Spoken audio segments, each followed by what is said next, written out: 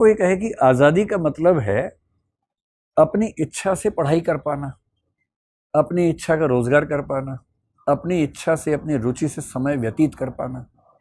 यहां आप ये नहीं बता रहे कि आज़ादी का मतलब क्या नहीं है, आप बता रहे हैं क्या है।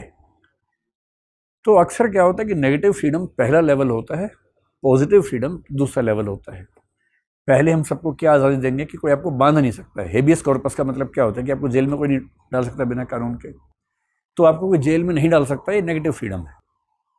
पर आप जेल से बाहर अच्छा जीवन गुजारें, इंसान वाला जीवन गुजारें, ये पॉजिटिव है।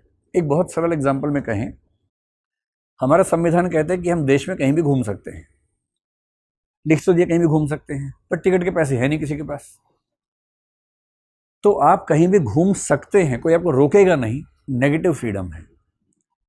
पर बहुत सारी रेलगाड़ियां, बहुत सारे हवाई जहाज और सस्ते कि आम आदमी आराम से आ जा सके, ये पॉजिटिव फ्रीडम ऑफ मूवमेंट हो जाएगी, ऐसे डिफाइन करते हैं। तो पॉलिटिकल साइंस में कुछ स्कूल ऑफ थॉट हैं, जैसे जो लिबरलिज्म के शुरुआती थिंकर्स हैं, मतलब बेंथम, स्पेंसर, लॉक, इन सबको हम मानते हैं, मिल्क भी शुरुआती पार्ट में। ये सब नेगेटिव थिंकर्स हैं। नेगेटिव का मतलब क्या नहीं है से डिफाइन करते हैं। और जो बाद में पॉजिटिव लिबरलिज्म है या मॉडर्न लिबरलिज्म है, जिसमें लास्की, मिल्स का बाद का हिस्सा, हॉब हाउस आते हैं, वो सब पॉजिटिव तरीके से डिफाइन करते हैं। लास्की इसमें मुख्य चिंतक माने जाते हैं।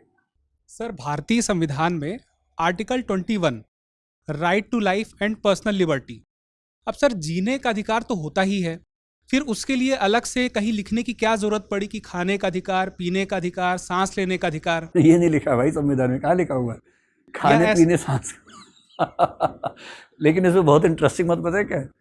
इससे लग रहा है कि हमारा संविधान सफल रहा। आपका जन्म संविधान बनने के बाद ही हुआ होगा, अब तो बहुत बाद में हुआ होंगे।